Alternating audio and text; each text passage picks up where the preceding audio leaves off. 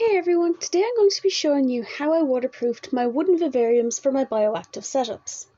The very first thing you're going to need is silicone. You can only use aquarium grade silicone or 100% silicone. The type of silicone you find for bathrooms with fungicide or guaranteed 10 years mold free is not safe to use because it can damage your cleanup crew in your bioactive.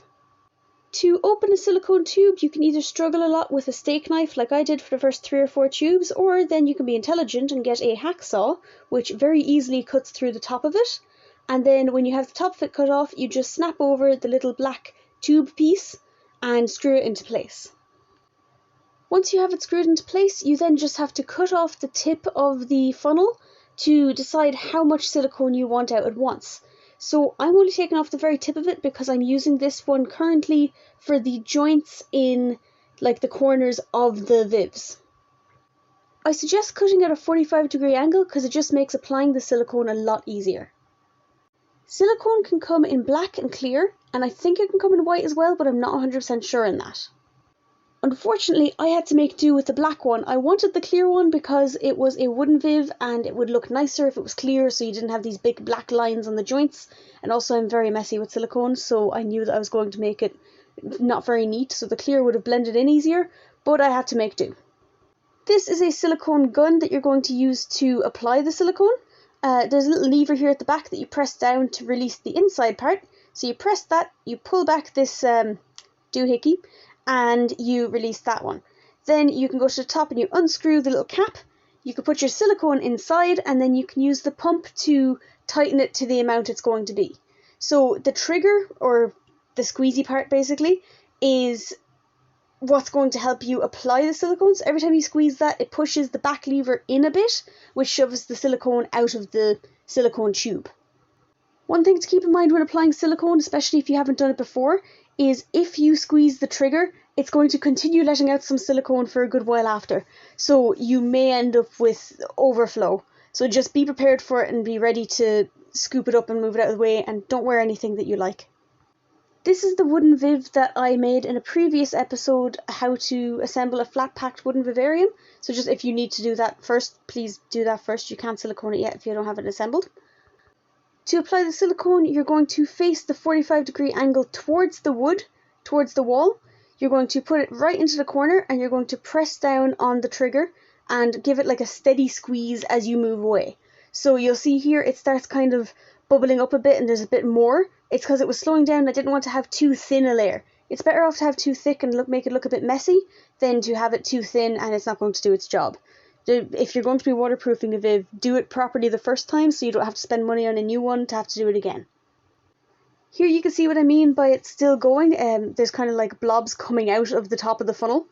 I'm going to be using a paint knife. They're the plastic ones that are kind of disposable ones you get from, in Ireland, Mr. Price. In America, I would assume Walmart. Never been, gonna guess they have them. Paint knives anyway. And you're just going to use that just to smooth it down so it's definitely into the gap and the sides are kind of flush, if you get me.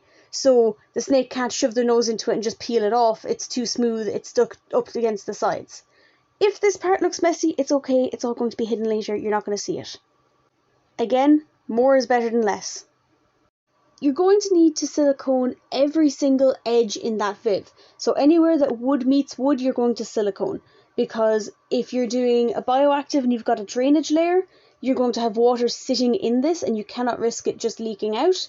If you are just using a dry substrate and stuff, you don't want an animal tipping over a water bowl or peeing or pooping and it ends up just seeping into the wood and rotting it from the inside. Because a lot of the time these wooden vivs are melamine coated chipboard, so it will swell up and it'll break and it'll fall apart and then you've wasted a lot of money.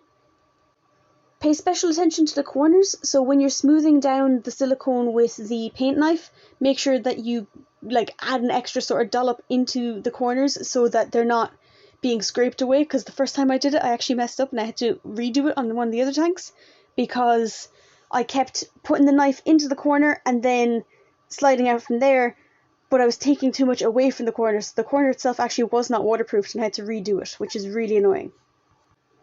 Silicone has a very strong smell, almost like vinegar, so you cannot have animals in the same room, and you do not want to be in the same room as it while it's curing. If you can still smell it, it's not cured, and as a general rule, it will not be cured for at least 24 to 48 hours.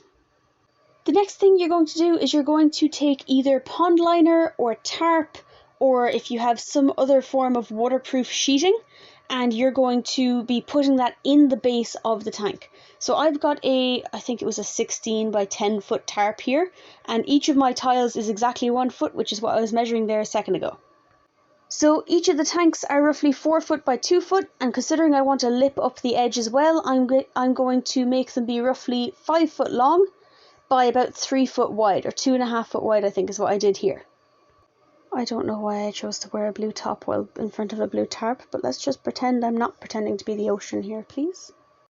So for each of the vivs that are 4 by 2 foot on the base, I did roughly a 2.5 foot across, nearly 3 foot, and a 5 foot long. So I've got plenty of extra material for the ends that I can put it in, see how it fits, and then trim it down. Again, too much is better than too little, because you can always trim away, but you can't just add on more tarp. That would be extremely difficult to do. Oh my god, I just realised my hair is blue at this time as well. What have I done? When you have your pieces cut out, go back to your viv, put it inside, flatten it as best as you can, and try and put as far into the corners as possible. So some people cut out corners. I prefer to keep it all in one piece just to make sure that I haven't messed up with the waterproofing. And basically I just fold the corner in like you can see here. And what I'm going to do next is just secure the tarp to the walls. I'm going to get a drill, and I think it's a 2mm drill piece or a 3mm, I'm not quite sure, I'm not a great builder. And I drill just a little starter hole through the tarp into the wood, and then I screw in a really short, was it a 12mm screw? A screw that is shorter than the thickness of the wood so I don't go through it, into the tarp to hold it in place. I'll be putting these screws in each of the corners and also along the sides just to keep it in place and keep it up in case I mess up with the siliconing and it doesn't stay in place, or just to hold it in place while I'm going to be siliconing again. For the first few screws, I really did struggle with trying to get the screw through the tarp and into the correct starting hole, because I'm just not very dexterous. I'm not very good at making sure that everything is lined up properly, but once I had the first few turns of the screw in, it held itself in place and I was able to put it in very, very easily. Make sure these screws are almost flush with the wood, so almost completely flat against it, because you obviously don't want this poking out too much where your reptile may rub against it or may end up injuring themselves, and snakes, especially when they're shedding, they'll rub against everything and anything, so make sure that it's not something that's sharp that they could end up injuring themselves on. When your tarp is fully secured in place, it should look something along the lines of this. Now, note that I have left some of the tarp in front of the vent by accident at this point because I was lazy and I didn't want to move it, but you're just going to use the scissors to cut around the vents because you obviously cannot block them. They're very important for airflow, and if you don't have enough airflow, you're not going to have proper heating. Well, you're not going to have proper cool side and hot side. Next step, when you've got your tarp secured, you need to silicone along the top of it to make sure that water can't get behind the tarp. Because even though you've siliconed the bottom, now the tarp is a second line defense. The silicone is basically your absolute cherry on top of the cake to make sure that no water gets under there. So I'd never done this in particular before, but what I did was I cut a lot more off the top of the nozzle, so it was a far bigger blob of silicone that would come out in one go. And what I did was I started on the tarp and then kind of flicked up off it, as you'll see in a second after I get the hang of holding it properly, so that it kind of glued the tarp to the wall.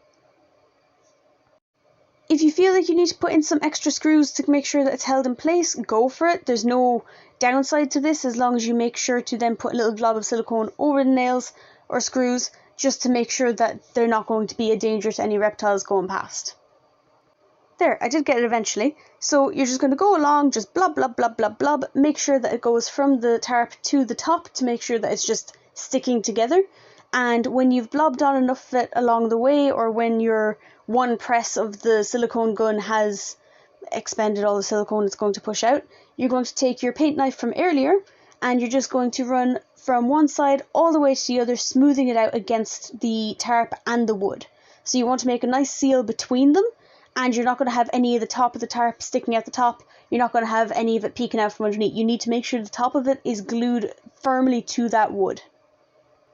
And then you can use some little blobs of silicone to cover up the screw heads that are visible like I did here, just as an extra precaution to make sure that a reptile does not end up rubbing themselves against them. So when you have all the sides done, it should look something along the lines of this. Now I know it's messy and it might not be all that attractive, but remember most of this is going to be covered up by substrate and you're going to be covering it with hides and things like that, so it won't be an eyesore at the end of it all. The absolute worst part you have left now to do is you have to wait for this silicone to completely fully cure. So this was it when it was fully cured and done. It literally looked the exact same, but now you could poke it and it didn't smell like vinegar anymore. So that's it for this video. This Viv is now entirely waterproofed and ready to go for the next stage, which is going to be assembling the bioactive itself. So thank you very much for watching. If you have any questions, feel free to put them in the comments below and I will do my absolute best to help. Thank you very much.